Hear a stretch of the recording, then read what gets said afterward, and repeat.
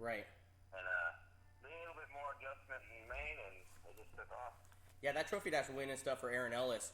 I asked him, during that trophy presentation, how he did it, and he says, "Dude, I don't know," because he did. He held off you. He held off, Rob Ireland. It was some good cars and stuff, and his program is definitely learning and picking up quite a bit. So let's talk about the last 12 laps. You won this race by nearly 7 seconds, but almost had a caution for Richmond. Pulling onto the infield and stuff on the front stretch. Did you think when you saw that, like, oh my God, we're going to bunch up this field again, we're under 10 laps, the guy's going to be right behind me, or were you just like, you know what, I'm just going to go out there, hit my marks, and hope to see what happens? Every time we had a caution, I was hoping they would change their minds and start counting the yellows, but I didn't know, like I said, I didn't know I had the car that I had until the race was over. The car just drove so nice, and it has a ton of forward drive in it. Well, more than any race car I've ever had. Well, I'll tell you what, I don't care, who says or anything like that about being biased. When you won that race, I was a little excited. I'll kind of give that. It wasn't 100%, but I showed a little bit of emotion up there in the Moxie Tower. About man, 57%. Yeah, about 57%. Yeah, I'll go with that. but I can't, man. I can't sit there and tell you how proud I am for both you and Franny and Howard. I know Howard has been your number one guy. Even when I was there and stuff, he worked so hard, and now he has triple duty. Because he is now the lone ranger when it comes down to it, to working on your car. I just want to say, that I'm so proud of you guys for picking up your program and doing what you do, and having the resources and stuff you had to see you back in victory lane, and to see you doing it for the Dancing Bear Topless 100. What an outstanding race you had. Yeah, it was a huge win. Like I said, I had no idea I was going to win the race. I had a good start, but I didn't think I was going to have to start to beat.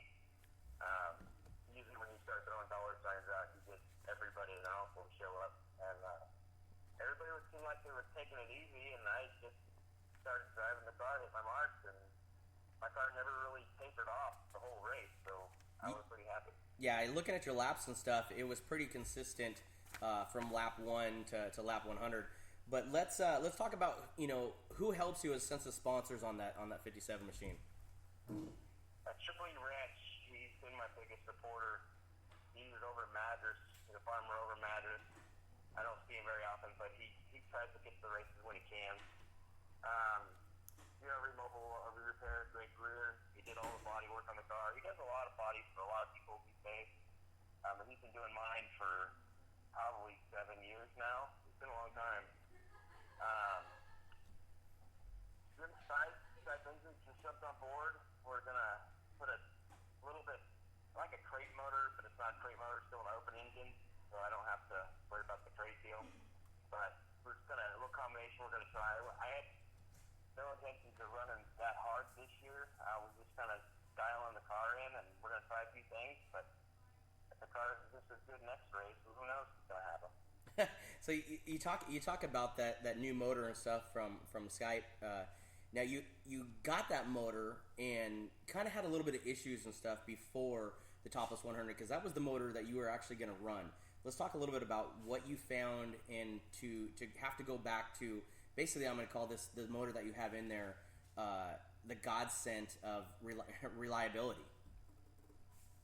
Yeah, Monday I got the motor fired, and started to do the break-in and all that, and we just pulled the valve cover, set the rocker arms again, and I had water in the oil, and so being a vortex head engine, I thought the intake manifold gaskets were leaking, so I changed intake gaskets on it, put it all back together, and still got water in the oil. So we got an issue somewhere we got to find. So I changed it out, put my motor back in, and I didn't think I was going to make the race at all, but we made it. Well, Old Faithful definitely did you proud this week, and once again, everybody here at Moxie, and of course, myself and Trisha, you and Franny being our godparents and stuff. I mean, I'm gonna be biased. I don't care. I mean, I was so happy, dude. I was beyond happy. I freaked out. I mean, with 12 laps to go, and when I saw Richmond down the front stretch, I'm like, oh God, here we go.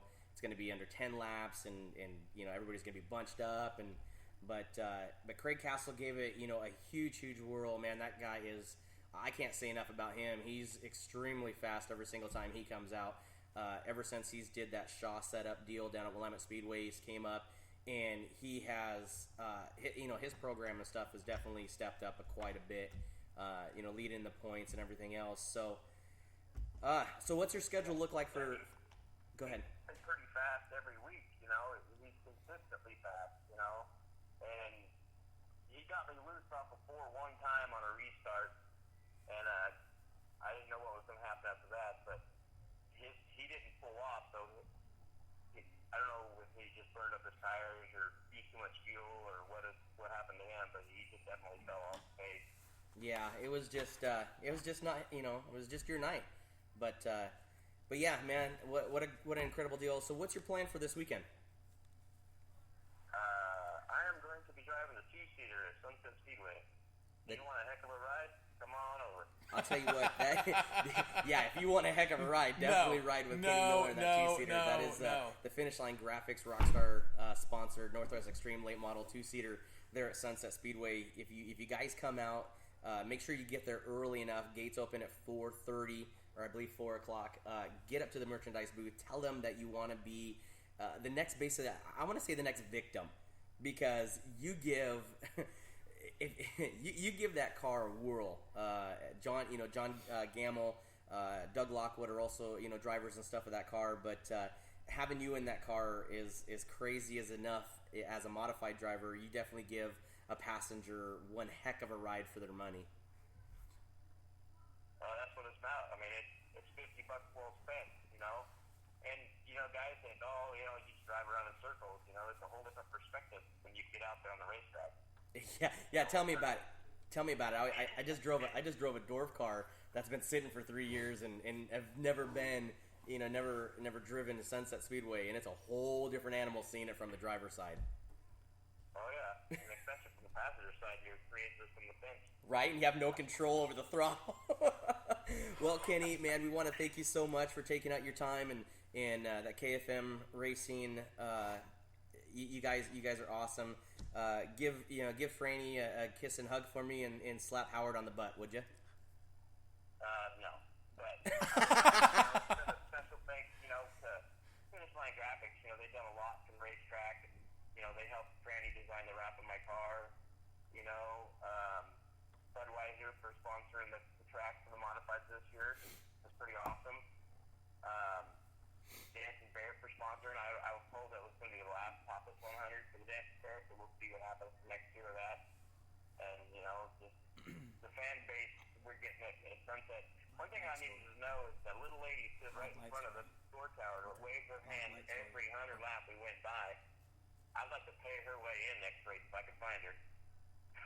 That would be cool. So before we wrap up or whatever, so we're in the pits after the race and everything, and one of your good friends that pits next to you, Mr. Rob Ireland, and came over and looked at Franny and asked her, you know, how she liked holding that box full of ones, and she says, oh, good. And he says, you know what you really should do? He says, take a black light to that and see what you find on him. That was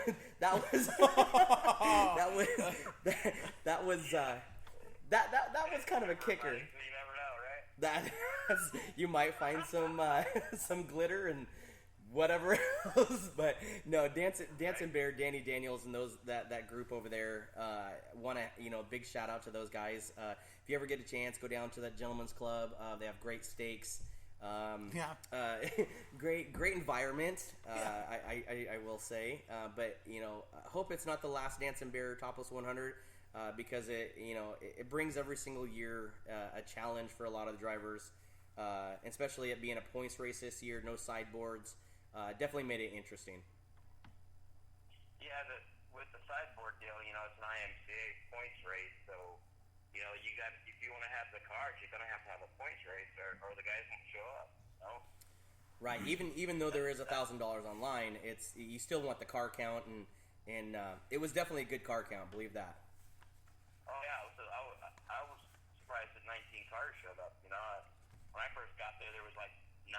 I'm like, wow, this is going to be a horrible show, and then everybody showed up last minute. Yeah, it was literally last minute. I mean, it was 2:30 or 3 o'clock when we were down there in the pits, and we're kind of looking around, going, man, where is everybody? And then all of a sudden, just everybody kind of came in, you know, kind of as a rush, and want to say a big shout out to the 81 of Zane Zurban from Canada. You know, for him traveling all the way down, that was awesome. He actually won the Clare Cup a week or so ago down there at Willamette Speedway.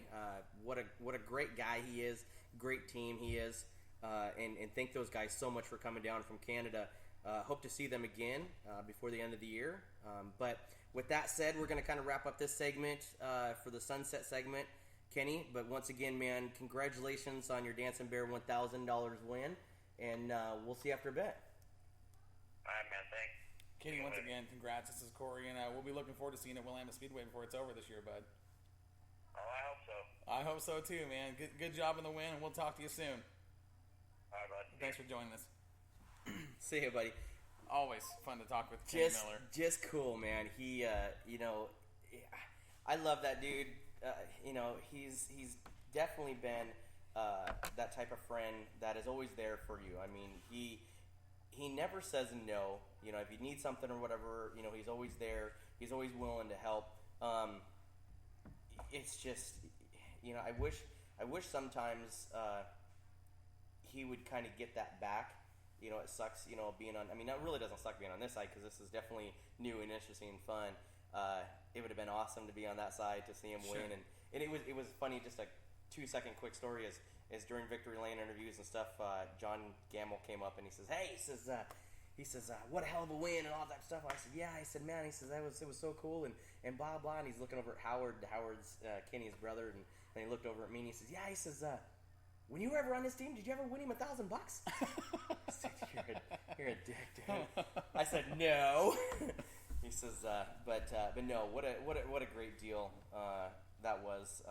But remember, you know, this week, kind of before I forget, Sunset Speedway. Now this is going to be interesting. Sunset Speedway Park will host, you know, for the July 23rd, the 98.7 The Bull Open Wheel Frenzy presented by Jag Racing, Premier Community Bank, and Harbor Freight. Sunset Speedway. I mean, this is crazy. Check this out.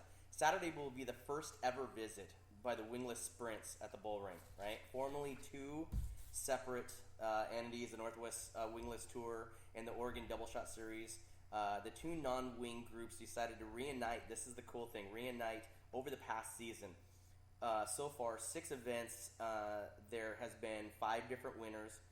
Rob Lindsay has the most with 2, while Copper, Kyle Miller, Gray Lynch, and Lance Hallmark have 1.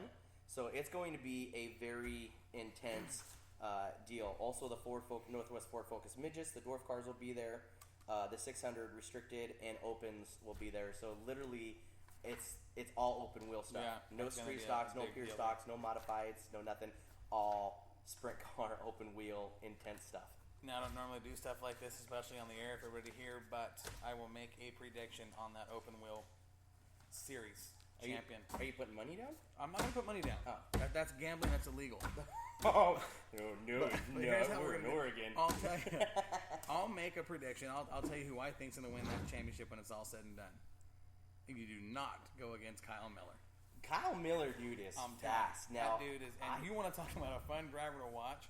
Oh my gosh, he puts it clear up there by the fence. He backs her in. He's on the throttle. I mean, talk about a guy that just takes the dice, throws them, and lets it ride. He is fun to watch. You know, the next person to think is really cool is the 57 of Tim Alberding. Now, I just talked to him the other day too. Don't ever sleep on him either. Oh, right? Yeah. So he won last year at Sunset Speedway.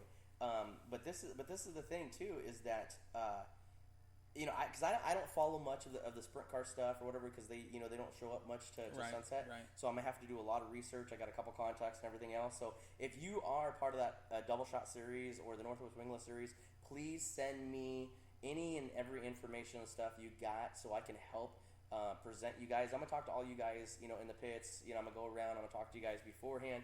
But if you guys are part of them, either send it to Moxie, you know, or